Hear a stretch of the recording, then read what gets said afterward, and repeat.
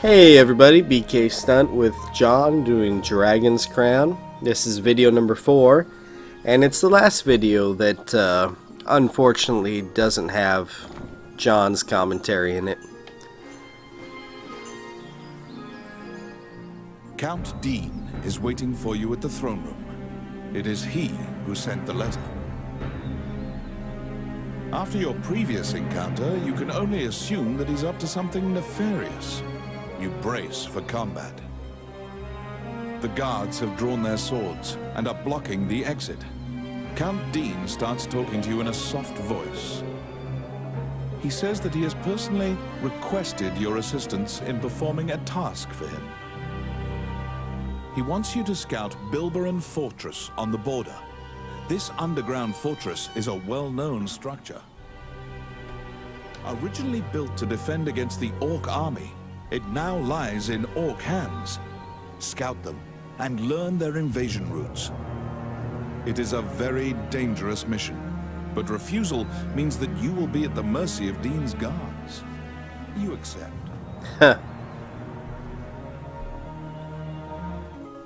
Per Count Dean's request, you agreed to infiltrate and surveil the subterranean fortress at the country's border. Well, looks like he's putting us to work now, which leads to this next dungeon.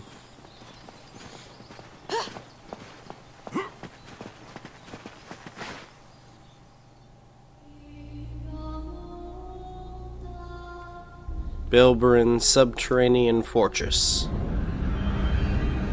Level 6 recommended.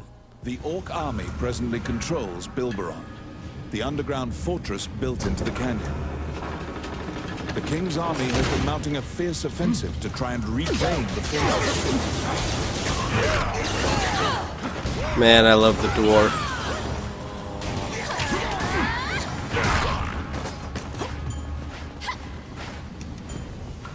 We got a pretty balanced party this time with a sorcerer and archer.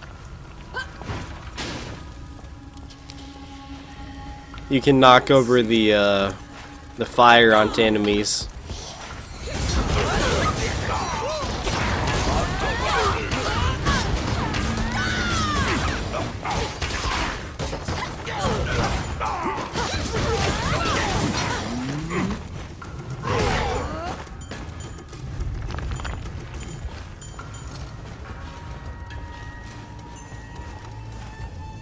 You step into the enemy kitchen. A corpulent chef grabs a goblin instead of meat and suddenly stops. The cook, sensing your presence, stares directly at you. Luckily, her sight's not so keen, so she doesn't notice you. Eventually, the chef returns to her meat cutting. You use the goblin's screams to mask your escape.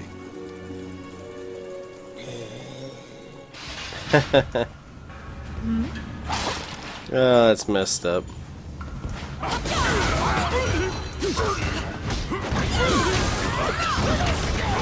I would try to target the goblins that are using weapons before anybody else, if you could. Extremely annoying. You can actually destroy those palisades if you wish. Or throw people into them, I mean that works. How bothersome. Now some of these goblins have bombs. You definitely don't want to get hit with those. But you can use them for yourself if you wish. The pathway, blocked with a stone wall, doesn't look like it would give way unless you bombed it. Aha, so the narrator's helping us out. Well, like he says, try to grab a bomb from one of these goblins, and then you can bomb the wall. I believe that's mostly for a side quest, but or for a mission of some sort.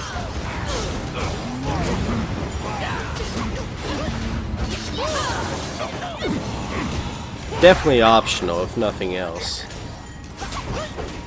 There's probably a treasure chest in there, if I remember right. Outstanding.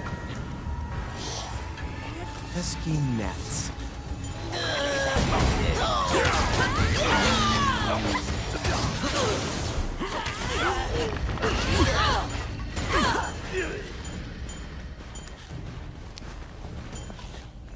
It's my turn.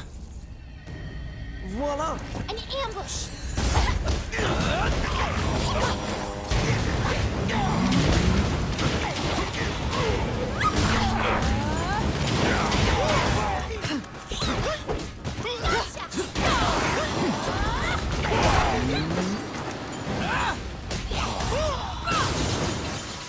Oh, I can do that.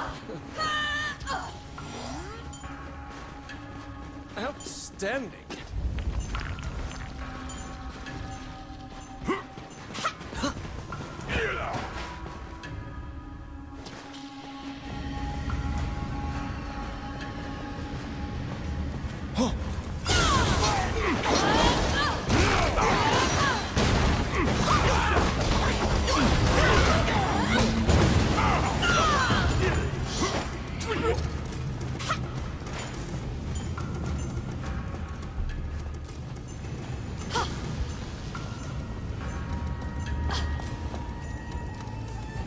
This is great visuals. I'll stop them.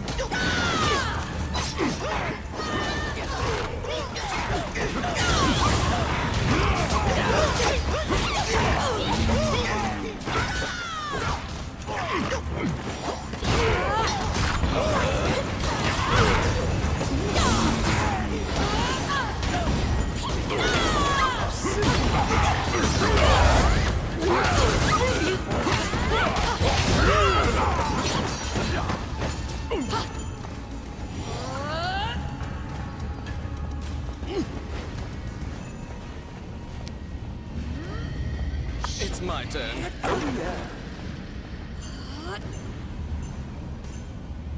There's a rune right there, but we can't do anything with it right now.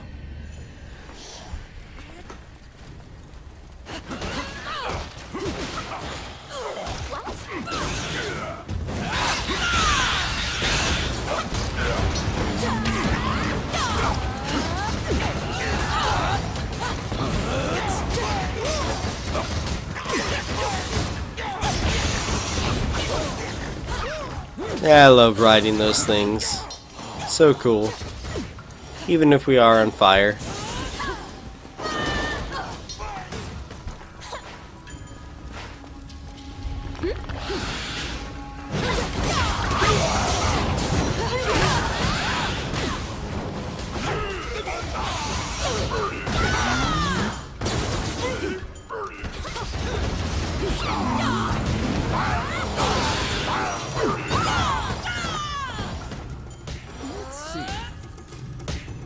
Simple.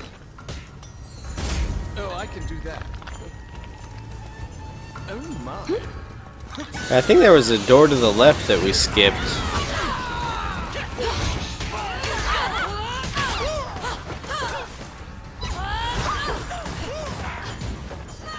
It's my turn. But, you know, both of those doors are optional.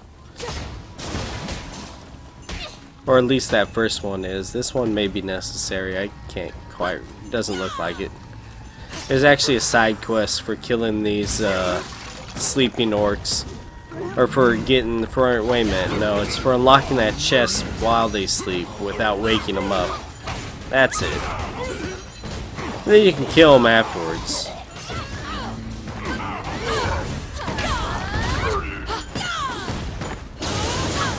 Let's see.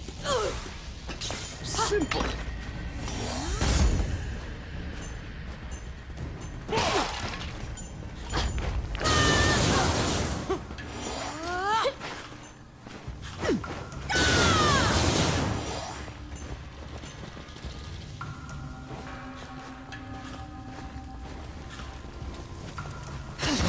Gnats.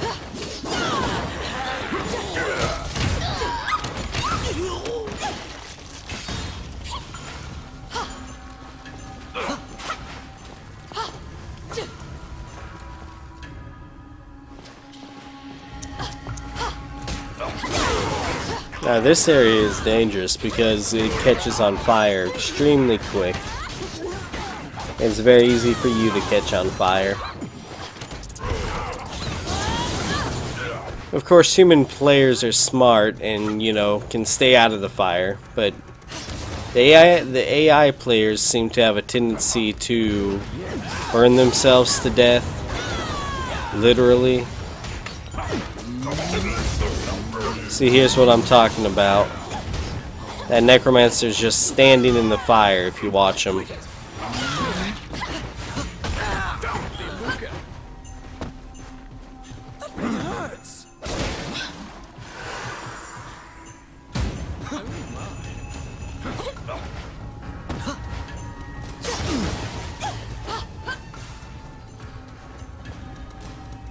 At the bottom of the stairs is an area connected to the sewers. This seems your most likely escape route.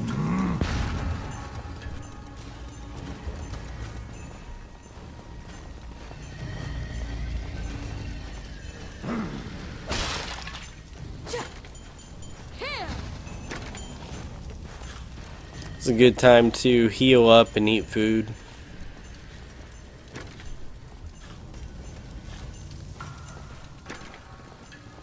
And restore mana. I don't know why John didn't. They're coming. And here's the boss, the Minotaur. Has quite a large reach with his axe there.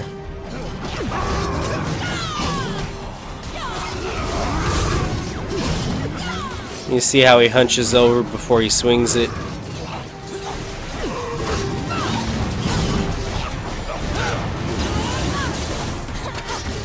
He pretty much took out that skeleton pretty quickly.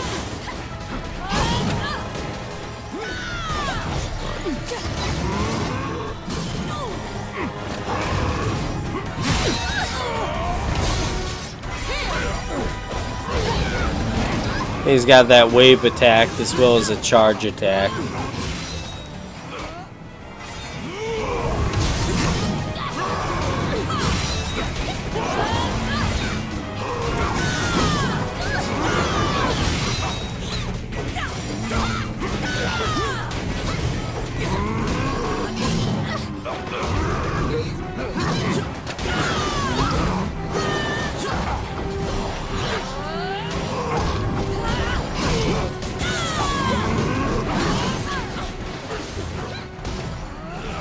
As you can see, getting him to focus one way or the other while going all out on the other direction is very effective.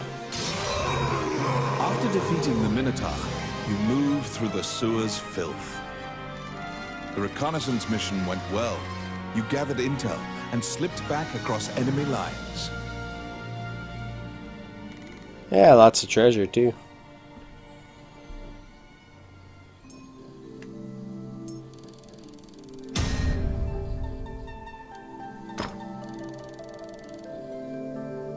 Among the treasures you claimed is the great sword of the hero Javelin. Unfortunately, you can't use it.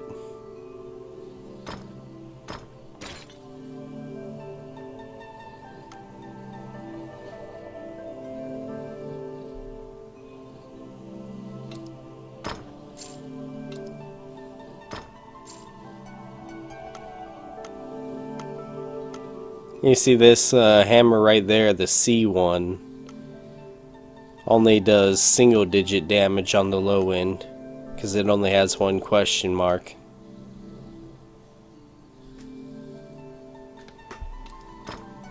Not worth it. But boy, this one looks good.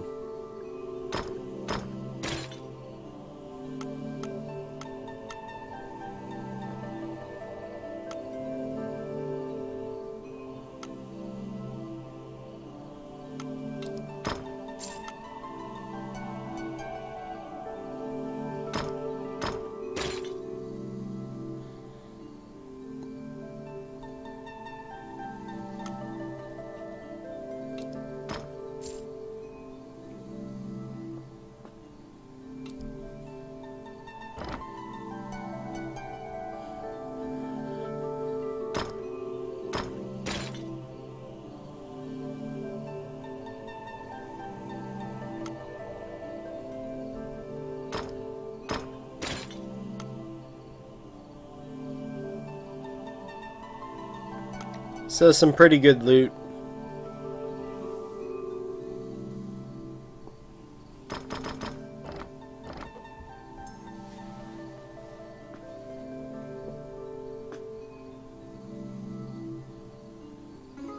You succeeded in acquiring intel on the underground fortress.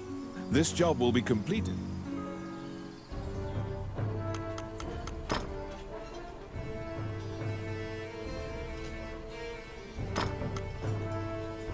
It's time. Let's go!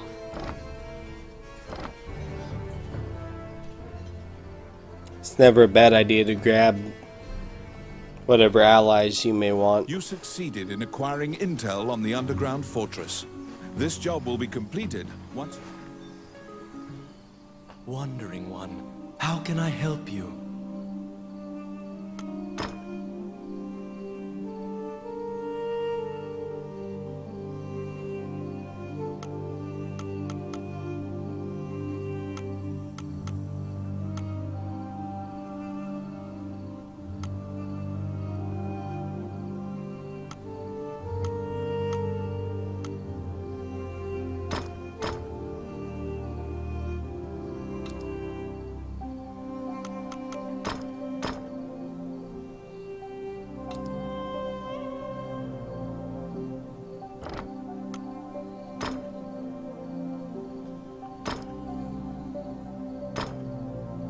May they rest in peace.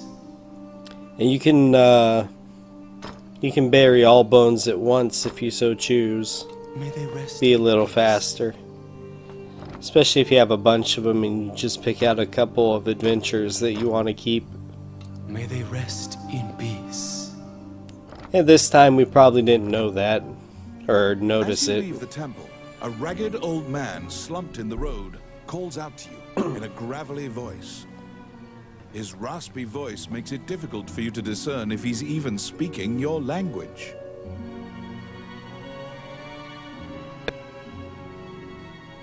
This is an interesting scene right here. You can give him a coin if you feel pity for him. Of course. And you can choose to pay 1 gold if you want. It doesn't really matter. You probably won't be able to communicate with him, no matter how long you strain your concentration. 1 gold is cheap. You succeeded in acquiring intel on the underground fortress. You may wonder what that cutscene is for. It plays a story plot device later on in the game. You succeeded in acquiring intel on the underground fortress. This job will be completed once you report to Count Dean.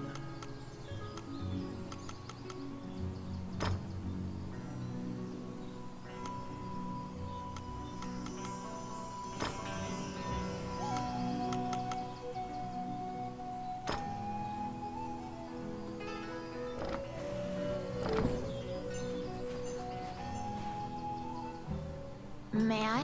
Which one do you want?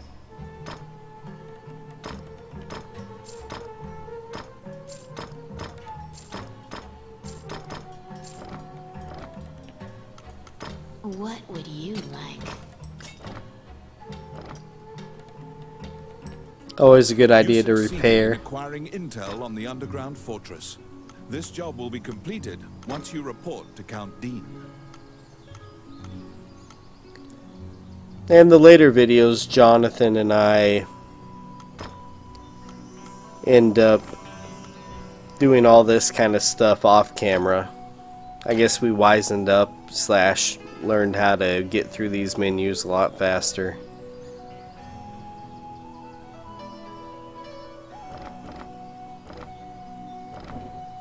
Of course, equipment's much more important. May I? What would you like? Well, it's important throughout the entire game. You should really keep tabs on what you have equipped, its repair levels at all times. Make sure you're selling equipment you don't need. It really helps with your This funds. job will be completed once you report to Count Dean.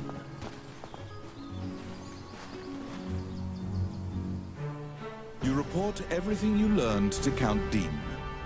Unfortunately, you also mention the hero's legendary sword. Naturally, he demands the great sword, but at least he's in a good mood now. He thought you'd just flee, but you didn't. It seems that he thinks much more highly of you now. Dean confides in you some of the problems in the castle. Once the king went missing, the Prime Minister began recommending the Archduke MacNeil of Bulgar to the throne. Bulgar is an aggressive nation to the north. MacNeil is related to the King of Hydeland and has a legal claim to the throne. Count Dean claims that MacNeil has been rallying nobles in Hydeland to support his claim to the throne. That's why Dean hired Tommet to steal the scepter. He says that Tommet is extremely trustworthy, so long as he is paid. Suddenly, the Prime Minister and the Princess appear. It seems you are being watched. The Count glowers and departs. The Prime Minister warns you not to involve yourself any further. The Princess, as usual, looks back with blank eyes.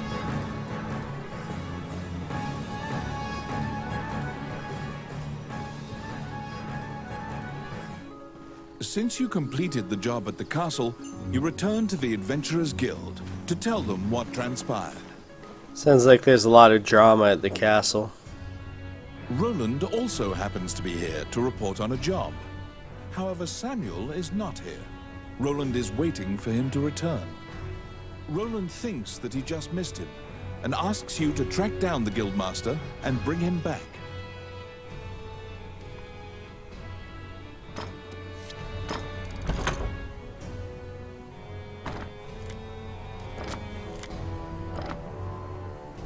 Okay, so at this point in the game, Samuel, the Guildmaster. He should be somewhere in town. you have to find out where Samuel is. And of course we have no idea where he is, but since I'm recording audio in hindsight, I can tell you right away he's at the Canaan Temple praying for some friends. You look for Samuel, the Guildmaster. Wandering one, how can I help you? As you leave the temple, Like, you need to go to the pray option and then leave. Then you'll find him. He doesn't even. You probably. You look for Samuel, the Guildmaster. He should be somewhere in town. May I help you? And we're just, at this point, we don't know any better, so we're just going in and out of every place trying to find him. How can I help you? But we never do. And I recall when we were first putting down audio for this video that we Somewhere in town. told everybody we would find him at the start of the next video, and we do. So, Recall what happened at the castle. You report everything. not much more point of It seems that he thinks much more. the rest of this video, to be quite honest. That's why suddenly the Prime. Oh well. You look for Samuel, Anyways the guys, Guildmaster. that's the end of this video. Somewhere in town. We'll join you in the next video, and then my co-player here, John, will be there to give audio commentary as well, since we got the audio working after this video for the rest of the game. Anyways, thanks for hanging out with us, and we will see you in the next video to continue playing Dragon's Crown. Okay everybody, take care.